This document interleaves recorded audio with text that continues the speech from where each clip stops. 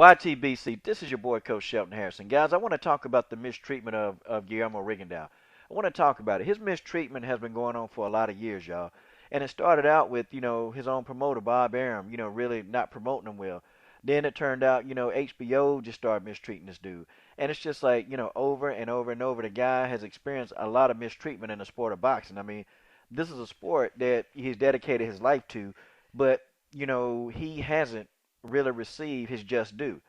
I mean, the guy got to go to Japan where he's loved in Asia. He's loved in Asia, but he can't come to America. He defected from Cuba to come to America, so he can get the opportunity to fight. And the people here in America don't even like what this guy brings to the table. This guy's a dangerous fighter. And you know what Guillermo Rigondeaux's problem is? He's too good. He's too good. He's putting guys out. He's hurting guys. He's really knocking a lot of years off of guys' careers. Guillermo Rigondeaux is too good. That's his problem. I mean, hell, Manny Pacquiao, Freddie Roach didn't even want Manny Pacquiao to spar this dude. He's too good. And being too good for a guy that looks like Guillermo Rigondeaux, and I said looks, yes I did, because I'm finna get into that. See, for a guy that looks like Guillermo Rigondeaux, that's not good. Okay?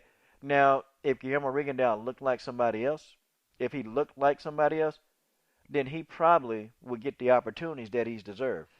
Guys, this is borderline darn near, really discrimination. And I can't think of nothing else. The guy got a darn near a 70, he got a 67% knockout ratio.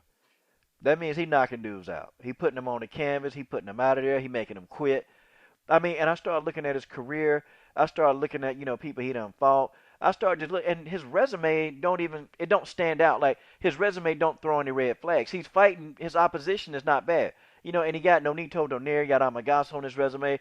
He's got a couple of quality opponents on his resume, those that will fight him. And big ups to Nonito Donaire too. He took that fight. Big ups to Amagasa. Big ups to a lot of the guys that got in the ring and said, you know what, I'm gonna take that challenge, okay? See, people they talk junk about Nonito Donaire. They try to put his name in the dirt. But Nonito Donaire had the guts, man, to get in the ring with this dude. So, if you're looking for a Nonito Donaire hater, you don't have it right here, okay? I don't hate it. I don't hate Nonito Donaire at all. But let's get back to the subject, okay? Guillermo Rigondeaux, man, he's really mistreated. And now I know, it's a money thing between the organization, the sanctioning bodies, and HBO, and all these different networks, that feed into these sanctioning bodies. They all need each other. They all work together. And a guy that looks, and I'm going to keep saying looks until I really dig into this, a guy that looks like Rigondeaux, they can't have him being the face, okay? They can't have him being the face of their sanctioning body. HBO couldn't have Rigo being the face of their network. They can't do that. You see, they had to get him out the way so Scott Quigg and Carl Frampton can fight. They had to move him out the way. See, they wanted Scott and Carl to have this fight. That's what they wanted. See, it can take place now. And they can put those titles on the line. And see, they ain't got to have a guy that looks like Guillermo Rigondeaux as the face of their organization. They can't do it. See, they can't do it. Now, are they going to make Scott Quigg and Carl Frampton fight Rigondeaux? Oh, hell no. They ain't going to do that. Because you know what Rigondeaux going to get in there and do? Rigondeaux going to get in there. He going to brutally destroy either one of those two guys. He's going to destroy him. He going to destroy him. He going to probably darn near, give him a concussion. He going to beat him down to a bloody pulp. And see, then Rigo will be the man again. They can't have it.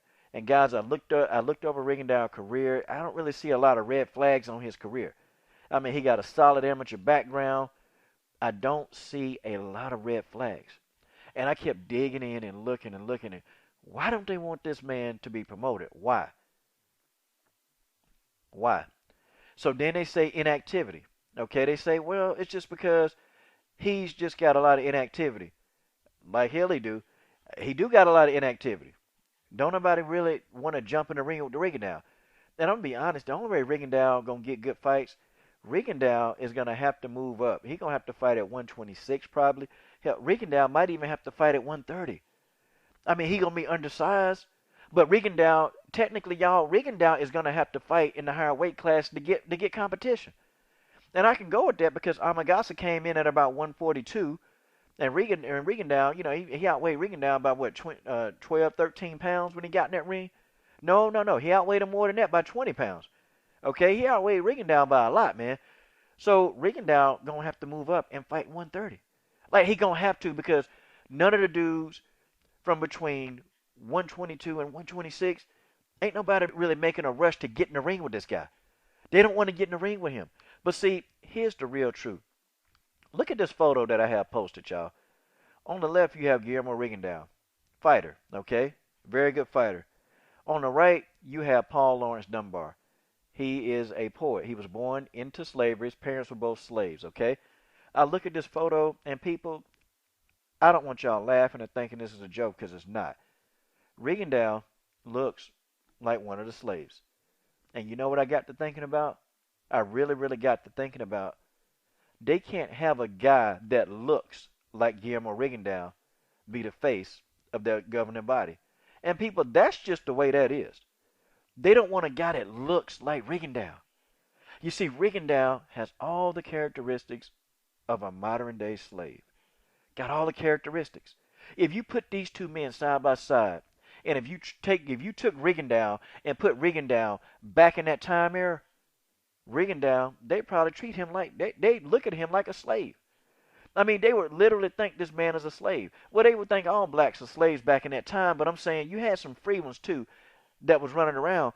But I'm saying you could literally put them side by side, and now you know the real reason why these sanctioning bodies, why HBO, why even probably Barbarian himself, they won't promote Rigodeaux because they cannot have a man that looks like that be the head of their sanctioning body. They can't. They can't do it. See, they're going to be a lot of people that come on here and say, Coach, why are you trying to promote this racial agenda? I didn't promote this racial agenda. I exposed it. Okay? I'm not promoting anything. I'm telling you the truth. What other reason can you even fathom why they don't promote this man with his skill set? Why? It's because of the way he looks. Don't sit here and try to tell me that he's boring when he's knocking out 67% of the dudes he jump in the ring with. Don't tell me he's boring. Don't sit here and tell me that he ain't on anybody's level when he got in the ring. He brutalized Amagasa. He brutalized Nonito Donaire. See, don't tell me that. Don't tell me that. Rigodeaux, not only is he being racially discriminated against, it's getting done on such a high level, y'all. It's blatant. I mean, it's completely blatant what they doing to this man. It's completely blatant. And I guarantee you they won't do that to Lomachenko. They ain't gonna do it to Lomachenko. And and it sucks because Rigodeaux don't really speak the language that well. And so it's kind of hard for him to like argue his point. And then two, Rigodeaux don't have a good team around him. His promotion sucks, man. Rigodeaux need to get with the Al Heyman. Hell, I even set up for a Tom Loeffler, man. He need to get with somebody who's going to promote the fighter that he is. But for Rigo, honestly and truthfully, because of the way he looks, he's better off going to Al Heyman.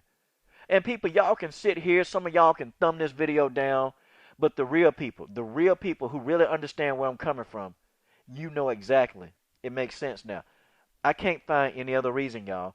I've tried, I've poked, I've looked in this man's career. I've looked at some of Bob Arum's fighters who, fought the same type of opposition as Rigodeaux. I look, they don't get treated that way. Why? Why does he get treated this way?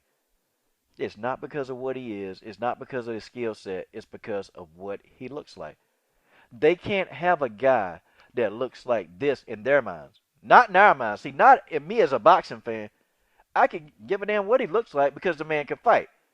But I'm talking about to these networks that say, oh, we're not racist. But, of course they won't promote, they won't promote fighters here. HBO will never promote fighters. You got Jim Lampley sitting here putting Rigo face in the dirt every chance he get.